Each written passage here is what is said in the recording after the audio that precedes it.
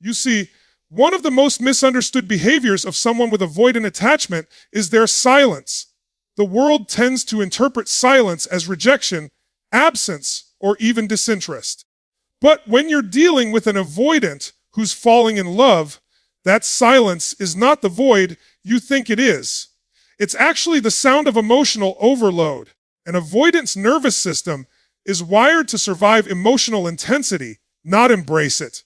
Love for them is not a warm, safe ocean to swim in. It's a tidal wave that threatens to drown them.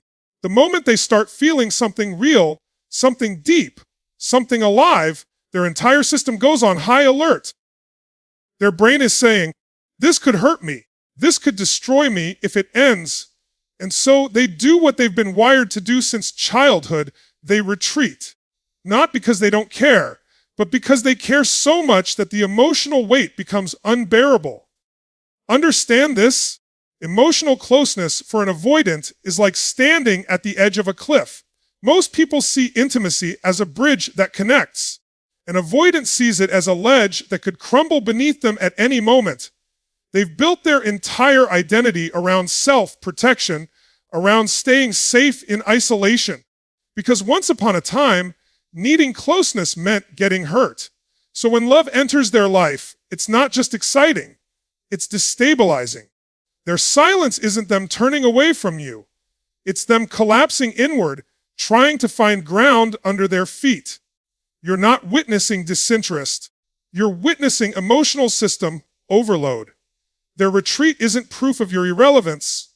It's proof of your impact. This is why people get so confused with avoidance.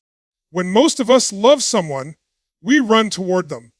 But avoidants run away from the intensity, not away from the person. It's the weight of the emotion, not the presence of the person, that overwhelms them. It's like holding fire in their hands. It's beautiful. It's powerful. It lights up everything inside them. But they're terrified it will burn them alive. So they drop it, back away, and pretend it never mattered, even though they're still glowing from its heat. And this is where most relationships break, because we misread that withdrawal as proof of a lack of love, when in reality, it's often the exact opposite. The paradox is brutal. The deeper they fear, the more they fear, and the more they fear, the more they flee. But that silence is sacred ground, because it means something has cracked open inside them. You touched the part of them they swore they'd keep locked away. You woke up the part that longs for connection but fears it like death. And in that collision of love and fear, silence becomes their survival strategy. If you can understand this, you stop taking their silence personally. You start seeing it for what it really is, an emotional reset, not an emotional rejection. They're not erasing you. They're trying to stabilize themselves so they don't lose you. And if they come back from that silence, if they resurface, it means they didn't just survive their fear, they chose to walk through it for you. That's not weakness. That's courage wrapped in quiet. Never forget this. Sometimes the loudest proof of love is the silence that follows the moment they finally felt it. One of the most haunting illusions about people with avoidant attachment is that when they disappear, they've stopped caring. That when they step back, they've detached.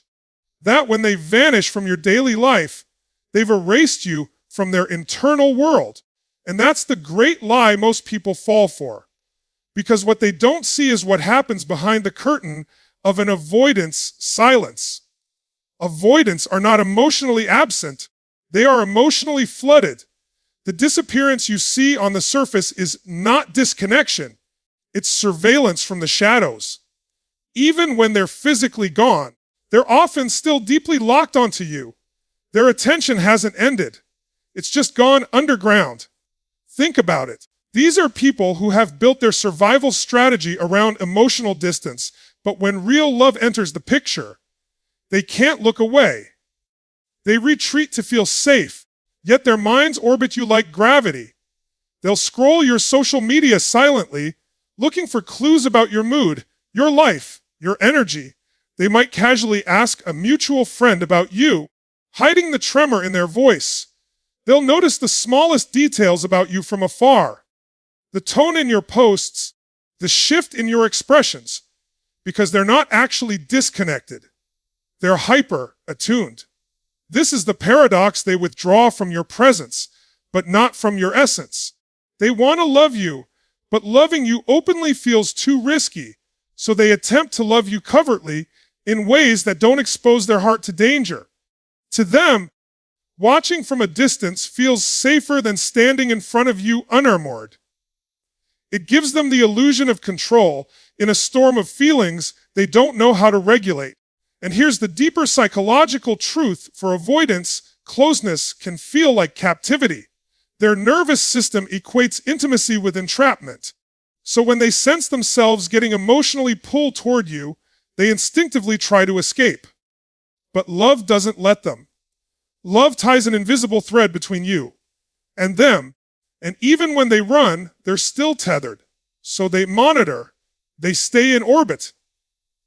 They don't know how to approach without panicking, and they don't know how to let go without breaking. If you've ever felt that strange sense that someone is gone but still energetically present, you're not imagining it. Their absence is full of your presence. They're thinking about what you're doing, who you're with, if you miss them, if you've moved on, if they still matter. They are trying to keep their heart hidden while quietly confirming it hasn't lost you. And this matters because so many people make the mistake of interpreting distance as disinterest. They chase harder, push closer, demand answers, and it drives the avoidant deeper into their shell. But when you understand that their withdrawal often hides obsession, you stop reacting to the surface and start seeing the truth underneath it. They're not avoiding you. They're trying to love you in the only way that doesn't feel like emotional death to them, from a distance that feels survivable. And if they're still watching, still listening, still quietly orbiting your world, that means you've already pierced through their armor. It means they've already chosen you in their heart, even if their fear hasn't allowed them to step forward yet. So don't mistake absence for apathy. Sometimes the ones who seem the farthest away are the ones holding on the tightest, just too scared to let you see it. There's a moment in the journey of someone with avoidant attachment that almost no one recognizes. And yet it's one of the clearest signs that they're falling deeply in love. It's when they pull away, not to escape you, but to protect you from themselves. You have to understand how radical that shift really is for an avoidant. Their instinct has always been self-preservation. When life gets hard, they disappear to shield themselves from pain. But when they start to care about you, that same instinct gets rewired. Suddenly, it's not just about protecting their heart anymore, it's about protecting yours. They can feel the chaos inside them. The emotional storms, the panic that comes when intimacy gets too close, the unpredictable pull that has burned every bridge they've ever built. And if they've reached the point where they see you as valuable, irreplaceable, their fear becomes less about, what if I get hurt? And more about, what if I hurt them? This is huge, because avoidants rarely view their behavior through the lens of its impact on others. They're usually too consumed with controlling their own emotional system to even think about the collateral damage. So when they start pulling back intentionally to protect your peace, it means you've crossed a sacred threshold in their mind. And here's the paradox: it looks like abandonment, but it's actually an act of care. They're saying, I don't trust myself not to lash out, not to shut down, not to sabotage this, and I care too much about you to let that happen. They might retreat quietly, not with anger or coldness, but with a strange gentleness. They'll soften their edges even as they step away. Maybe they stop responding as often, not to punish you, but because they're trying to avoid flooding you with their confusion. They'll tell themselves, let me stabilize before I bring them back into my chaos. And this matters because it reveals something powerful. For perhaps the first time, they're thinking beyond their fear. They're thinking of you. Emotionally, this is their version of love. They won't announce it. They won't dramatize it. They'll simply withdraw in a way that spares you from their internal war. It's their way of saying, "You matter more than my impulses." That's rare for an avoidant. Love for them has always been tangled with fear, but this is the first sign that love is starting to override fear. It's subtle, it's invisible to most people, but it's massive. Because they're not running to feel safe anymore. They're running to become safe enough for you. And if you've ever felt like someone stepped back just when things were getting beautiful, it may not have been sabotage. It may have been protection. They might not have believed they were capable of loving you the way you deserve yet, and instead of pretending, they retreated to keep your heart intact. That's not rejection. That's reverence. It takes courage for someone whose instinct is self-centered survival to suddenly make your emotional safety their top priority. It means something inside them has shifted. Love has become bigger than fear. So when they retreat quietly to preserve your peace, don't be so quick to assume they've stopped caring. Sometimes the purest form of love isn't rushing closer. It's stepping back until they can come closer without breaking what they're trying to protect. Because real love isn't just about holding someone. It's about knowing when to loosen your grip so you don't crush what you value most. One of the most revealing moments in someone with avoidant attachment is when the armor starts to crack, not in dramatic ways, but in subtle, almost hidden ones.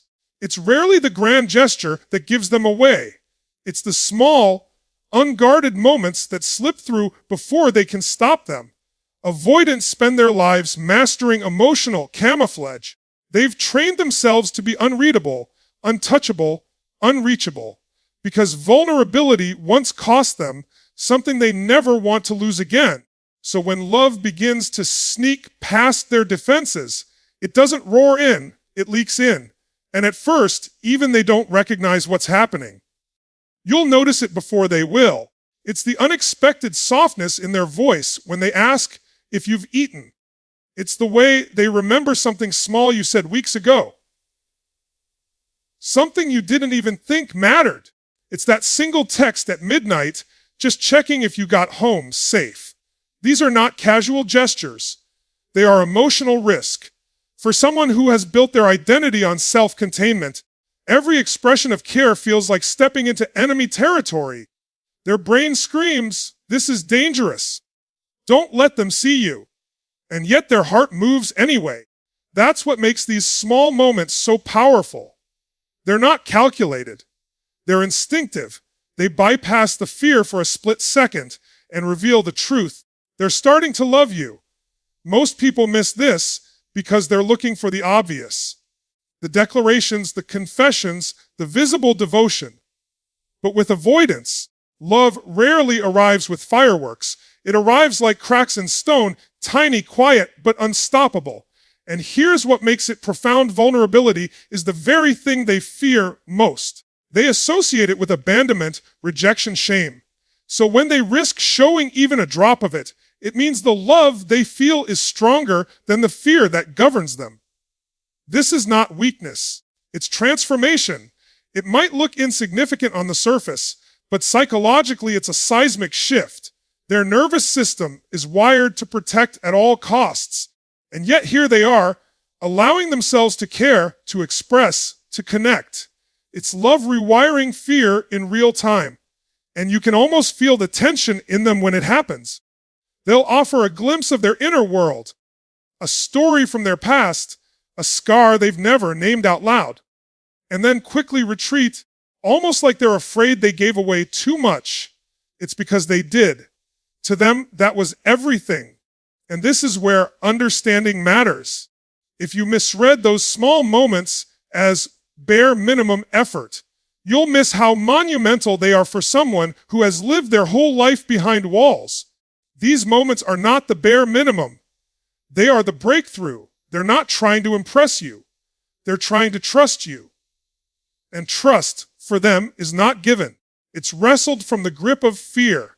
So when an avoidant begins showing you these hidden fragments of softness, don't overlook them. Those fragments are the truth slipping past their fear. Those fragments are the first signs that they're not just drawn to you, they're beginning to feel safe with you. Because love doesn't always begin with grand gestures. Sometimes it begins with a trembling voice saying, "Drive safe," and meaning it with their whole heart. One of the most overlooked signs that someone with avoidant attachment is in love is what happens behind the scenes of their life. The quiet reorganization of their entire world around you. It's subtle. It's invisible at first, but it's powerful. Because for someone who's spent their entire life protecting their independence like it's oxygen, the moment they begin altering their routines for another human being, that's monumental. Avoidants are fiercely self-contained. Their time, their space, their routines, these are their fortress. They rely on structure and predictability to keep their emotional world from feeling chaotic. So when they start shifting that structure, not because you ask them to, not because they're trying to impress you, but because they want to make room for you, it means something profound has shifted internally. You might not see grand gestures, but you'll notice small adjustments. They start saying yes to things they would have instantly rejected before. They begin carving out time in their schedule, subtly prioritizing moments with you over the rituals that once kept everyone out. They might quietly start taking better care of their appearance, their health, their finances, not in a superficial attempt to win you, but because they've started imagining a future that includes you. This is what most people miss about avoidance. Love doesn't just change their heart, it disrupts their entire internal operating system. They've built their life around self-preservation, and suddenly they're dismantling parts of it to create space for someone else. That's not convenience. That's commitment being built in silence. Psychologically, what's happening here is a reprioritization of their identity. For years, their inner narrative has been, "I only need me." But when real love hits, that script starts to bend. It becomes, "I want to be someone worthy of staying." That shift is massive. It's no longer about surviving alone. It's about becoming the kind of person who can sustain closeness. And here's the irony, they won't announce this to you. You won't hear speeches about how much they're changing, because vulnerability still terrifies them. So they change silently, privately, methodically, hoping you'll just feel the difference, even if they can't say it out loud. This is why it's easy to underestimate what's happening. From the outside, it might look like nothing is changing, but beneath the surface, their world is quietly rearranging itself in your direction. They are breaking their own rules, and they are doing it for you. That's not weakness. That's devotion born in silence. It takes enormous courage for someone who's lived in emotional isolation to start bending their life around the gravity of another person. It means they're not just attracted to you. They're beginning to anchor to you. They're not just liking you. They're starting to plan for you. And that's the real marker of love for someone with an avoidant pattern, when they stop living only for themselves and start becoming someone who could actually stay.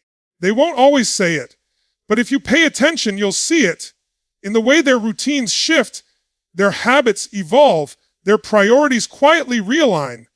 It's not random. It's not casual. It's the first blueprint of a life they hope will include you. Because for an avoidant, love doesn't begin with words. It begins with quiet restructuring, with the hidden work of becoming someone who can finally let love stay. There's something profoundly different about the moment someone with avoidant attachment comes back. Not because they're lonely, not because they're bored, not because they couldn't find better, but because they've realized you're home. Most people misunderstand this return. They assume it's just another cycle, another loop in the push-pull pattern. But this is not about cycling. This is about surrender.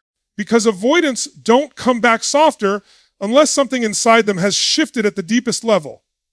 When they first pull away, it's not because they stopped caring.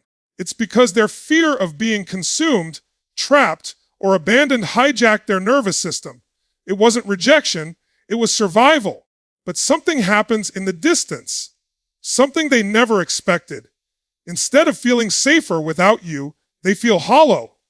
Instead of regaining their freedom, they feel like they've lost their oxygen. That's when the realization hits them they weren't running from you. They were running from the parts of themselves that didn't know how to be loved. And when that realization lands, it changes everything. Because now, coming back isn't about soothing their loneliness. It's about reclaiming their courage. It's about proving to themselves that they will no longer let fear be the architect of their relationships. So they return, not as the same person who left, but as someone who's been quietly transformed in the silence. Their walls are lower. Their tone is softer. Their presence feels steadier. They no longer need to perform or pretend. They just want to be near you. That's how you know this isn't just another round in a pattern. This is the point where fear bowed to love. And here's the most profound part. Avoidants don't trust easily, not even themselves. So when they choose to come back, it's not impulsive, it's calculated, considered, and deeply vulnerable. They've spent nights wrestling with their old narratives, questioning their own worthiness, battling the belief that they're destined to ruin what they love. So when they walk back towards you, they are risking everything they once swore they'd never risk again. They are not seeking comfort. They are seeking redemption. You will feel the difference. They won't come back demanding reassurance or validation. They'll come back offering stability. Not in words, but in actions, showing up consistently, listening deeply, staying when it gets uncomfortable, because they're no longer just trying to be loved by you.